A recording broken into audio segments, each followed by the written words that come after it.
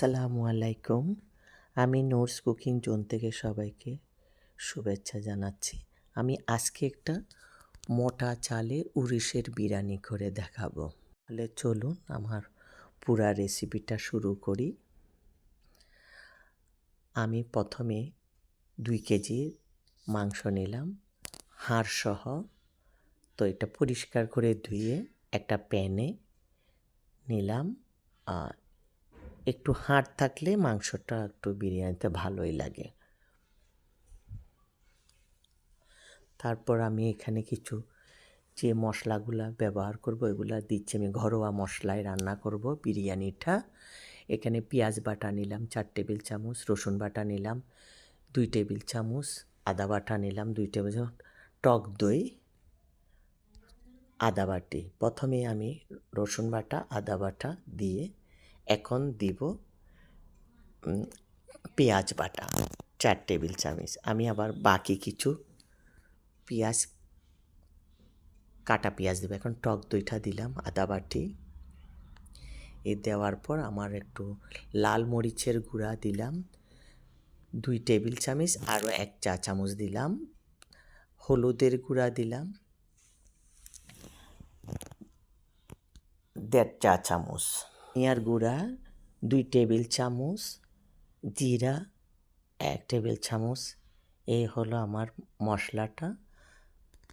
তারপর পরিমাণ মতো আমি লবণ দিব। লবণ দিয়ে এখন আমি সরিষার তেল দিয়ে এই মাংসটাকে ভালো মতো হাত দিয়ে মাখাবো। এর মধ্যে আমি একটু কাটা পেঁয়াজটা দিলাম। এটা এখন মাখাবো। ভালো মতো মাখায় আমি রেখে দিব এটাকে 30 মিনিটের মতো। আমার মনে হয় আরেকটু তেল দিতে হবে, তাই আমি আরেকটু তেল দিলাম। আমি যেই টমেটোটা কেটে রেখেছিলাম ওইটাও আমি এখন দিয়ে দিলাম। এই ভিডিওটা আমার স্কিপ হয়ে গেছে। আমি এখন সামান্য পানি দিয়ে 30 মিনিটের মতো এটাকে ঢেকে রেখে দিব। এই মাংস মেরিনেট হওয়ার পর 30 মিনিট পর আমি এখন তেজপাতা আর রং, এলাচ, দারচিনি, গরম মশলাগুলা দিয়ে চুলায় বসাবো। আর আগুনটা আমি এখন প্রথমে মিডিয়াম আঁচে দিব, পরে কিছু সিদ্ধ হওয়ার পর একটু বাড়িয়ে দিব। এখন আমি সিদ্ধ মোটা চাল নিলাম। এই মেজারমেন্ট কাপের 6 কাপে 1 কেজি হয়, আর কনডেন্স মিল্ক দুধের পটে 4 পটে 1 কেজি।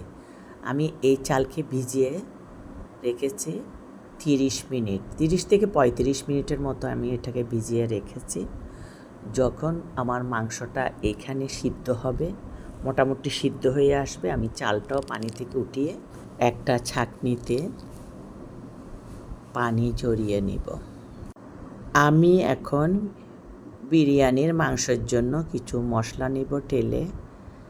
একটা জয়ফল, 2টা তারা, জয়ত্রী, লবঙ্গ আর এলাচ, এগুলাকে হালকা টেলে ভেজে একটা গুঁড়া মশলা করে নিলাম। এইটা এখন আমি মাংসে দিয়ে দিব। মাংসের মধ্যে দিয়ে এখন নেড়ে চেড়ে 6-7 মিনিটের মতো আবার ডেকে মাংসটাকে একটু রান্না করব। এখন রান্নাটা পুরাপুরি হয়ে গেছে, মাংস তেল উঠে গেছে। আমি এই রসালো মাংসের মধ্যেই আমি আমার ওই পানি ঝরানো চালটাই এখন দিয়ে দিব।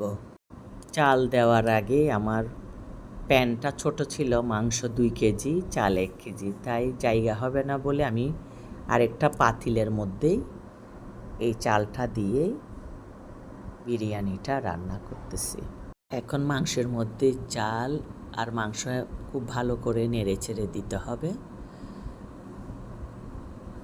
নেড়ে ছেড়ে দেওয়ার পরে আমি এখন আগেই কিছু মটরশুঁটি সিদ্ধ করা এটাও দিয়ে দিলাম। আর মগ মেপে আমি 3 থেকে 4 মগ, 2 কেজির উপরে আমি পানি দিলাম, সিদ্ধ ফুটানো পানি। আমি আরও ভালো করে নেড়ে চেড়ে এখন ঢেকে দিব। এখন আবার ঢাকনা খুলে আমি আবার আরেকটু নেড়ে চেড়ে দিব। এর মধ্যে কাঁচামরিচ, কিছু পোলাও পাতা দিলাম একটু সুঘ্রাণের জন্য। আর আমার কাছে লবণটা একটু কম মনে হয়েছে, তাই আমি আর একটু লবণ দিলাম। এখন স্বাদ মতো লবণটা দেওয়ার পরে এখন কিছু পেঁয়াজ বেরেস্তা দিয়ে আবার নিচ থেকে উপরে করে বিরিয়ানিটা একটু নেড়ে চেড়ে দিব।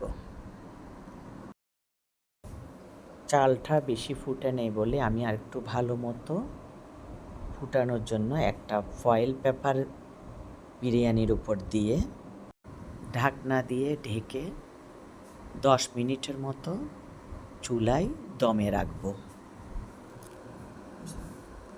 এখন 10 মিনিট পর ফয়েলটা উঠিয়ে আমি বিরিয়ানিটা নেড়ে চেড়ে দেখলাম, খুবই সুন্দর এবং রসালো এবং ঝরঝরে একটা সুন্দর বিরিয়ানি হয়ে গেছে।